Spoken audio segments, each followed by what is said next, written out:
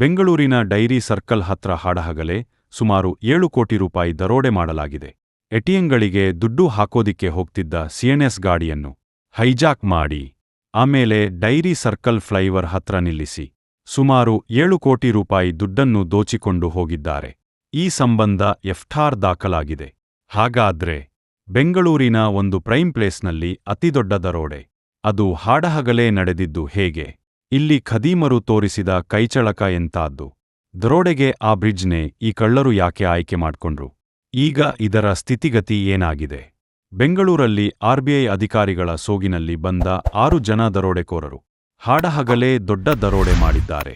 ದುಡ್ಡು ಸಾಗಿಸ್ತಿದ್ದ ವ್ಯಾನ್ ನಿಲ್ಲಿಸಿ 2 ಗನ್ಮ್ಯಾನ್ಗಳ ಸಹಿತ ಎಲ್ಲಾ ಸಿಬ್ಬಂದಿಗಳನ್ನೂ ಯಾಮಾರಿಸಿ ತಪಾಸಣೆಯ ಸೋಗಿನಲ್ಲಿ ಸುಮಾರು 7 ಕೋಟಿ ರೂಪಾಯಿಗಳನ್ನು ದೋಚ್ಕೊಂಡು ಹೋಗಿದ್ದಾರೆ. ನೋಡಿ, ಸಿಎಂಐಎಸ್ ಇನ್ಫೋಸಿಸ್ಟಮ್ಸ್ ಒಡೆತನದ ವ್ಯಾನ್ನಲ್ಲಿ ಜೆಪಿ ನಗರದ ಎಚ್ಡಿಎಫ್ಸಿ ಬ್ಯಾಂಕ್ನಿಂದ 22 ಕಿಲೋಮೀಟರ್ ದೂರದಲ್ಲಿರೋ ಎಚ್ಬಿಆರ್ ಲೇಔಟ್ಗೆ 3 ಬಾಕ್ಸ್ಗಳಲ್ಲಿ ದುಡ್ಡು ತಗೊಂಡು ಹೋಗಲಾಗ್ತಾ ಇರುತ್ತೆ. ಡೇಟ್ ನವೆಂಬರ್ 19, ಟೈಮ್ 12:30 ರಿಂದ 1 ಗಂಟೆಯ ನಡುವೆ ಈ ದರೋಡೆ ನಡೆದಿದೆ. ಮೊದಲು ಏನಾಗುತ್ತಂದ್ರೆ, ಜಯನಗರ 2ನೇ ಬ್ಲಾಕ್ನಲ್ಲಿರೋ ಅಶೋಕ ಪಿಲ್ಲರ್ ಬಳಿ ಮಧ್ಯಾಹ್ನ 12:30 ಸುಮಾರಿಗೆ Maruti Zen hatchback car ದುಡ್ಡಿದ್ದ CNS ಅಡ್ಡಗಟ್ಟಲಾಗುತ್ತೆ. ಆಗ ಈ ಸಿಎನ್ಎಸ್ ಗಾಡಿಯಲ್ಲಿ ಡ್ರೈವರ್ ಆಗಿ ವಿನೋದ್ ಕುಮಾರ್ ಇರ್ತಾರೆ. ಇವರ ಜೊತೆಗೆ ಇನ್ನೂ 3 ಇರ್ತಾರೆ.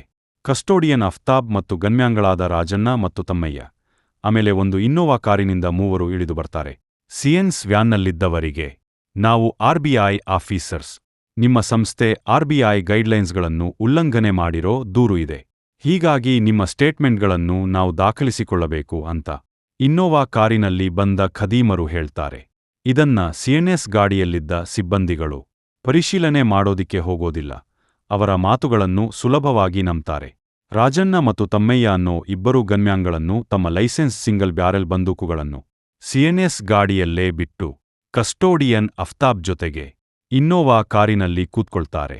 ಖದೀಮರ ಪೈಕಿ ಒಬ್ಬ ಏನ್ಮಾಡ್ತಾನಂದ್ರೆ, ಸಿಎನ್ಎಸ್ ಗಾಡಿ ಡ್ರೈವರ್ ವಿನೋದ್ ಕುಮಾರ್ಗೆ ಅಶೋಕ ಪಿಲ್ಲರ್ನಿಂದ ಸುಮಾರು 3 ಕಿಲೋಮೀಟರ್ ದೂರದಲ್ಲಿರೋ ಡೈರಿ ಸರ್ಕಲ್ ಫ್ಲೈಓವರ್ಗೆ ಹೋಗಿ ಅಲ್ಲಿ ಆರ್ಬಿಐ ಆಫೀಸರ್ಸ್ ಬರ್ತಾರೆ, ಕಾಯ್ಕೊಂಡು ನಿಂತ್ಕೋ ಅಂತ ಹೇಳ್ತಾರೆ. ಆರ್ಬಿಐ ಆಫೀಸರ್ಸ್ ಸೋಗಿನಲ್ಲಿದ್ದ ಖದೀಮರು ಕೊಟ್ಟ ಸೂಚನೆಗಳನ್ನು ಸಿಎನ್ಎಸ್ ಗಾಡಿ ಡ್ರೈವರ್ ವಿನೋದ್ ಕುಮಾರ್ ಪಾಲಿಸ್ತಾನೆ. ಸಿಎನ್ಎಸ್ ಗಾಡಿ ಮುಂದೆ ಹೋಗ್ತಾ ಇರುತ್ತೆ. ಹಿಂದೆ ಇನ್ನೋವಾ ಕಾರಿನಲ್ಲಿ ಖದೀಮರು ಮತ್ತು ಸಿಎನ್ಎಸ್ ಸಿಬ್ಬಂದಿಗಳಾದ ಅಫ್ತಾಬ್ ಮತ್ತು 2 ಗನ್ಮ್ಯಾನ್ಗಳು ಫಾಲೋ ಮಾಡ್ಕೊಂಡು ಬರ್ತಾರೆ. ನಿಮ್ಹಾನ್ಸ್ ಜಂಕ್ಷನ್ ತಲುಪಿದಾಗ ಇನ್ನೋವಾ ಕಾರು ನಿಂತ್ಕೊಳ್ಳುತ್ತೆ. ಇಲ್ಲಿ ನೀವು ಪೊಲೀಸ್ ಸ್ಟೇಷನ್ಗೆ ಬನ್ನಿ, ನಿಮ್ಮ ಸ್ಟೇಟ್ಮೆಂಟ್ಗಳನ್ನು ರೆಕಾರ್ಡ್ ಮಾಡಿಕೊಳ್ಳಬೇಕು.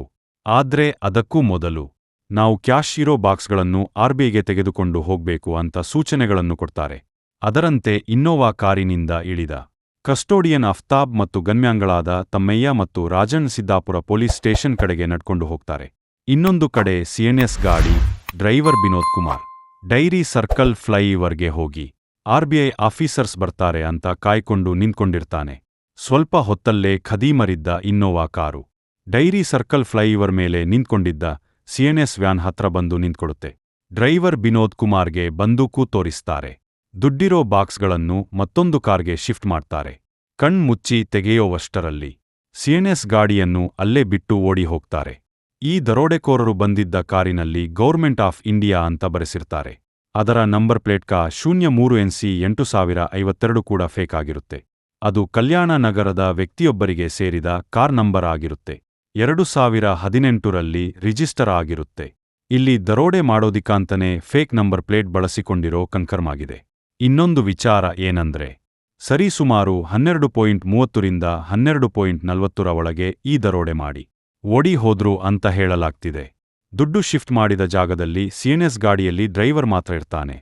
ಉಳಿದ 3 ಅಂದ್ರೆ ಕಸ್ಟೋಡಿಯನ್ ಅಫ್ತಾಬ್, ಗನ್ಮ್ಯಾನ್ಗಳಾದ ತಮ್ಮಯ್ಯ ಮತ್ತು ರಾಜನ್ನರನ್ನು ಬೇರೆ ಬೇರೆ ಕಡೆ ಇಳಿಸಿರ್ತಾರೆ.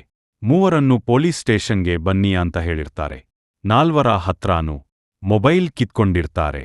ಇದಾದ ನಂತರ ಕಸ್ಟೋಡಿಯನ್ ಅಫ್ತಾಬ್ ಮಧ್ಯಾಹ್ನ 1:16 ತನ್ನ ಕಚೇರಿಗೆ ಕಾಲ್ ಮಾಡಿ, ನಮ್ಮನ್ನೆಲ್ಲ ಆರ್ಬಿಐನವರು ಅಡ್ಡ ಹಾಕಿದ್ದಾರೆ, ರೂಲ್ಸ್ ಬ್ರೇಕ್ ಮಾಡಿದ್ದೇವೆ ಅಂತ ಹಣದ ಸಮೇತ ಗಾಡಿ ತೆಗೆದುಕೊಂಡು ಹೋಗಿದ್ದಾರೆ.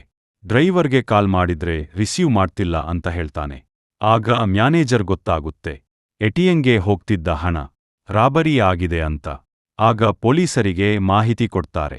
ಅಂದ್ರೆ ರಾಬರಿ ನಡೆದು ಸುಮಾರು 45 ನಿಮಿಷಗಳಾದ ನಂತರ ಪೊಲೀಸರಿಗೆ ಮಾಹಿತಿ ಕೊಡಲಾಗಿದೆ. ಈ ಸಂಬಂಧ ಎಫ್ಐಆರ್ ದಾಖಲಾಗಿದೆ.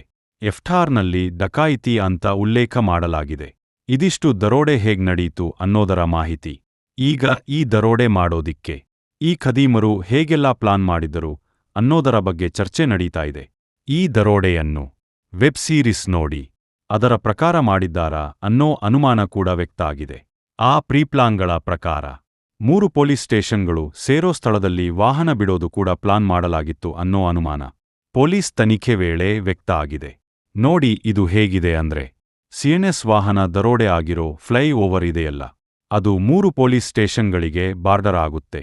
ನಿಮಾನ್ಸ್ನಿಂದ ಮೇಲಕ್ಕೆ ಬಂದರೆ ಅದು ಆಡುಗೋಡಿ ಪೊಲೀಸ್ ಸ್ಟೇಷನ್ ಲಿಮಿಟ್ಸ್ ಆಗುತ್ತೆ. ಸಿಎನ್ಎಸ್ ಗಾಡಿ ನಿಂತ್ಕೊಂಡಿದೆಯಲ್ಲ ಫ್ಲೈಓವರ್ ಮೇಲೆ, ಅದರ ಎಡಬದಿ ಸದ್ದುಗುಂಟೆ ಪೊಲೀಸ್ ಸ್ಟೇಷನ್ ಲಿಮಿಟ್ಸ್ಗೆ ಬರುತ್ತೆ. ಈಗ ಈ ಕೃತ್ಯ ನಡೆದಿರೋದು ಸಿದ್ದಾಪುರ ಪೊಲೀಸ್ ಸ್ಟೇಷನ್ ಲಿಮಿಟ್ಸ್ನಲ್ಲಿ. ಆ ಪೈಕಿ ಸಿದ್ದಾಪುರ ಪೊಲೀಸ್ ಸ್ಟೇಷನ್ ದಕ್ಷಿಣ ವಿಭಾಗಕ್ಕೆ ಸೇರಿದ್ರೆ ವಾಹನ ಸಿಕ್ಕಿರೋದು ತುಂಬಾ ದೂರ ಅಲ್ಲ, 10-20 ಮೀಟರ್ನ ಡಿಸ್ಟೆನ್ಸ್ ಕೂಡ ಆಗೋದಿಲ್ಲ, ಬರೀ ಇಂಚಿನ ವ್ಯತ್ಯಾಸ ಇದೆ. ಆದರೂ ಬರೋದು ಸದ್ದುಗುಂಟೆ ಪೊಲೀಸ್ ಸ್ಟೇಷನ್ ಲಿಮಿಟ್ಸ್ನಲ್ಲಿ. ಈ ಸ್ಟೇಷನ್ ಸೌತ್ ಈಸ್ಟ್ ವಿಭಾಗಕ್ಕೆ ಸೇರುತ್ತೆ. ಹೀಗಾಗಿ ಗಾಡಿ ಸಿಕ್ಮೇಲೆ ಮೊದಲು ಯಾವ ಸ್ಟೇಷನ್ ಲಿಮಿಟ್ಸ್ಗೆ ಈ ಘಟನೆ ಬರುತ್ತೆ ಅನ್ನೋ ಕನ್ಫ್ಯೂಷನ್ ಉಂಟಾಗುತ್ತೆ. ನಮ್ಮ ಪೊಲೀಸರು ಸಾಮಾನ್ಯವಾಗಿ ತಮ್ಮ ಸ್ಟೇಷನ್ ಲಿಮಿಟ್ಸ್ನ ಆಧಾರದ ಮೇಲೆ ಕೆಲಸ ಮಾಡೋ ಕಾರಣ ರಾಬರ್ಸ್ನ ಪ್ಲಾನ್ನಲ್ಲಿ ಈ ಅಂಶವೂ ಇತ್ತಾ ಅನ್ನೋ ಪ್ರಶ್ನೆ ಮೂಡಿದೆ. ಹೀಗಾಗಿ ಅನೇಕ ರಾಬರಿ ಸೀರೀಸ್ಗಳಲ್ಲಿ ಇರುವಂತೆ ಇಲ್ಲೂ ಕೂಡ ಪೊಲೀಸರನ್ನು ಗೊಂದಲಕ್ಕೆ ಸಿಕ್ಕಾಕಿಸಿ ಗ್ರೇಟ್ ಎಸ್ಕೇಪ್ ಆಗೋ ಪ್ಲಾನ್ ಮಾಡ್ಕೊಂಡಿದ್ರಾ ಅನ್ನೋ ಆಯಾಮದಲ್ಲೂ ಕೂಡ ಪೊಲೀಸರು ತನಿಖೆ ಮಾಡ್ತಾ ಇದ್ದಾರೆ. ಇವರೇನೇ ಪ್ಲಾನ್ ಮಾಡಿದ್ರು, ಹೆಂಗ್ ಬೇಕಂಗೆ ಸ್ಕೆಚ್ ಹಾಕಿದ್ರು? ನಮ್ಮ ಬೆಂಗಳೂರಿನ ಪೊಲೀಸರು ಇಂಥವರನ್ನು ಹೆಡೆಮುರಿ ಕಟ್ಟೋದಿಕ್ಕೆ ಸಮರ್ಥರಿದ್ದಾರೆ. ಆದ್ರೆ ಈ ಕೃತ್ಯ ರಾಷ್ಟ್ರಮಟ್ಟದಲ್ಲಿ ನಮ್ಮ ಬೆಂಗಳೂರಿನ ಮರ್ಯಾದೆಯನ್ನು 3 ಕಾಸಿಗೆ ಹರಾಜು ಹಾಕಿದೆ. ಬೆಂಗಳೂರಿನ ಒಂದು ಪ್ರೈಮ್ ಪ್ಲೇಸ್ನಲ್ಲಿ ಹಾಡಹಗಲೇ ಇಂತಹದೊಂದು ದೊಡ್ಡ ದರೋಡೆಯನ್ನು ಯಾರೂ ಎಕ್ಸ್ಪೆಕ್ಟ್ ಕೂಡ ಮಾಡಿರಲಿಲ್ಲ. ಆದರೆ ನಡೆದು ಹೋಗಿದೆ. ಈಗ ಪೊಲೀಸರು ಖದೀಮರ ಹಿಂದೆ ಬಿದ್ದಿದ್ದಾರೆ. ಅವರ ಒಂದಿಷ್ಟು ಸಿಸಿಟಿವಿ ಫುಟೇಜ್ಗಳು ಹೊರಗೆ ಬರ್ತಾ ಇದ್ದಾವೆ.